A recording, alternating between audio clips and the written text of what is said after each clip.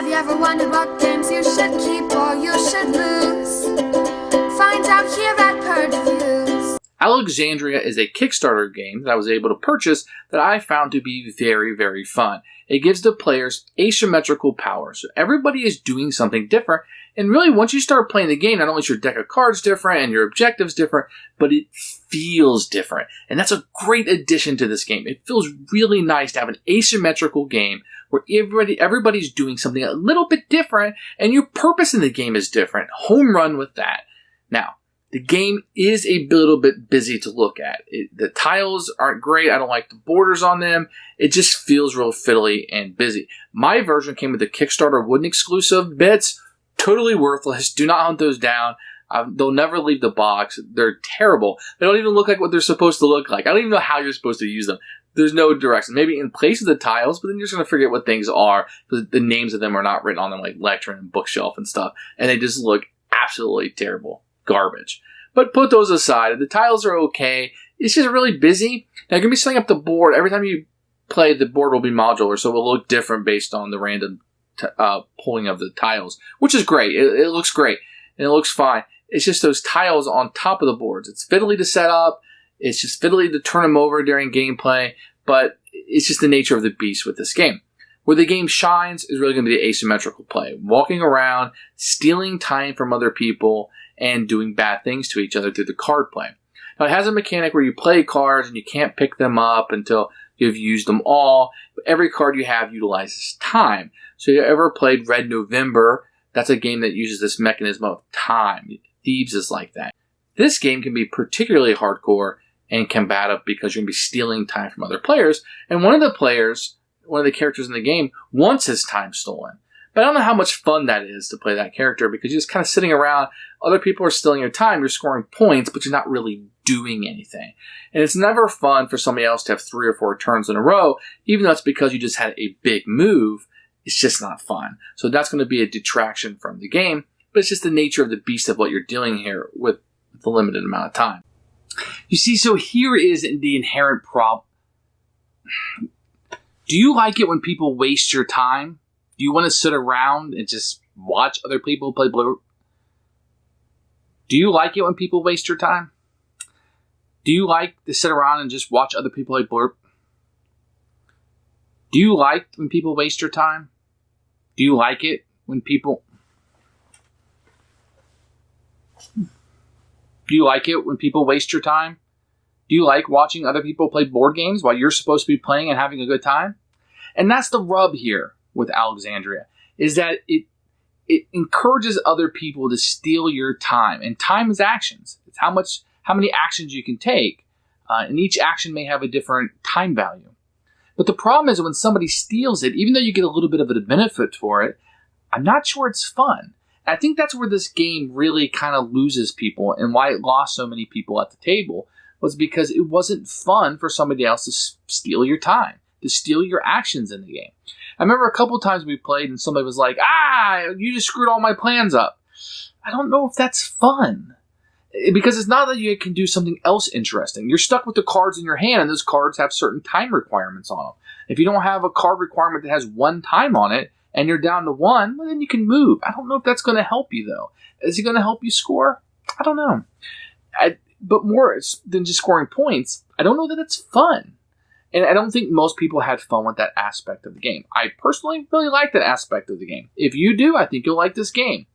But a lot of people didn't. And you have to question whether they were making...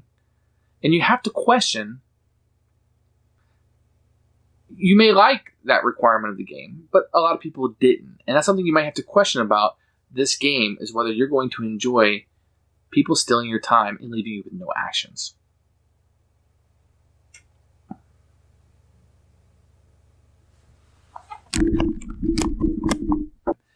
In addition, I don't know how much fun it is to have your time stolen. So when somebody else is doing actions for you, you get 1 point regardless of how much they take. But is it fun? I don't know. I don't really find that much fun to sit around and do nothing. I don't think that you will either. With that said, I actually liked Alexandria, but of all the people I played it with, I'm the only one that's liked it. Everybody else has not liked it. That tells me that maybe I like certain aspects of it or it does something for me, but the general consensus may not like it. because I can't find anybody else who wants to play this game with me anymore after a couple plays. They just did not enjoy it whatsoever. So with that, even though I really like it and I was ready to recommend it to you greatly, I might have to pull that back a little bit because I can't find anybody else who fits that description with me. So take that as you may. For me, I think this is going to be a tepid, lukewarm keeper. I'm going to have to see if I can get some people to play with it. Really, the asymmetrical powers and how they play differently is what I like about it. Otherwise, it would be a constant get rid of. I would just get rid of this game, no questions asked. So I'm going to keep it around a little bit, but I don't know how much longer it's going to stay in the collection. Here is the box for Alexandria. You can see it has one of the most beautiful boxes that you're ever going to see. I have the Kickstarter version, so inside you're just going to see a jumbled mess. There's no custom insert in this whatsoever. Here are the components for the game. You're going to have your tracker that will keep track of time. These are your 4 standees that will come for each of the 4 characters. You'll have the scrolled character cards, each with a place to place a card and your powers that you'll have.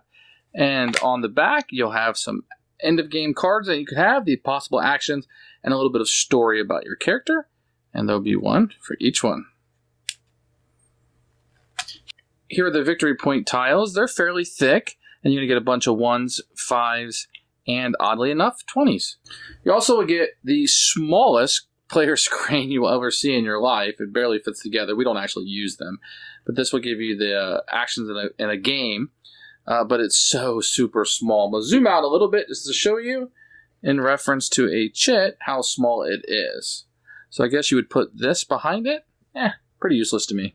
Now the Kickstarter is going to come with a number of these wooden chits. Most of these are pretty useless. Like, what is this? I guess this is the lectern, right?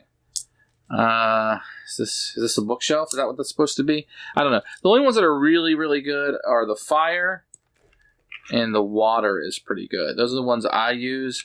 The rest of these, I just kind of stick. Is this a piece of toast? I don't even know what this is supposed to be. I played the game. So a lot of these are completely useless. I don't use these. Do not seek these out. You also get any number of chits. So there's a whole bunch of these that are included in here that you'll be able to utilize for different player powers. You will get a bunch of these tiles that will be placed on the board. One of the problems I have with them is the border that's around it makes everything small. I wish the words were bigger because these are more identifiable than even the pictures. Although the pictures are nice, but there's a lot of wasted space and it looks really busy when it's on the table. You also get a bunch of tiles, kind of reminds me of Escape. They're very beautiful on the back, which will help with setup. And you get a number of these that will be in the game. Some of them will have player colors. There will be one for each player color, which will show you where the player will start, and you'll get a number of these. Lastly is going to be the cards. Here you're going to have 3 player aids that will help you take care of your actions. Then you'll have 3 copies of each one. They're going to presume that somebody will have the instruction manual that will give you the items and what's available and what sets they're in. So you can give each player one of these sets. Now there's 3 different types of rescue cards that you'll have: items, people, and books. And each of them will have icons on them we'll use, and they might be part of a collection for set collection purposes. It's not a whole lot of these, but there's some, but that's what they look like. Now these are fairly good quality. The artwork is, it's okay with the icons. You don't use them a whole lot. Also, each player will have his own set deck of cards that are unique to him. They are not copies of each other, and they will usually have amount of time. The black means you'll be stealing somebody else's time. So the first thing everybody will do will pick a character, and each character is going to play a little bit differently, and then you will take the deck of cards assigned to your character. Then you'll shuffle the tiles, and you'll lay one out, and since we're the dealer, we'll be facing it this way. Then you'll take the next card off the deck, and you just want to place it in such a way, then you flip this over, you want to place it in such a way that this is face up to the person, and that just kind of gives you a random setup as the game goes along. So I'm just going to set something up here for you. Now I'm just going to show you the flow of the game. I'm not teaching you all the rules, although really all the rules will be encompassed in here. So what you'll have is you'll have your player. Now, if you just want to move to another location for any kind of game purposes, you can, and that will cost you 1 time. Now, whoever's last in order of the time will now go first, and if you're on top, then you're considered in last. So now it will be Blue's turn to move, but one thing you do is just move to an adjacent tile. If you move to an adjacent tile and there are squares face down and they're adjacent to you on your spot, you just turn them face up. Another possible action you have is that Blue, for 1 time, could just draw a card from their own personalized deck, and this card would go into their hand, and that would cost 1 time. Let's take a look at a few of these cards. Each card will have a time that it has on it. So let's say he wants to play this one. This would require 2 time. So then what you would do is you would spend 2 of your time on the tracker. Then you could take this action. Place this card face down, place a peril token on it, and match it. So you just do whatever the card would say. If you want to utilize one with the black, that's fine. So let's take this back in time to where we were at. Say you want to use this.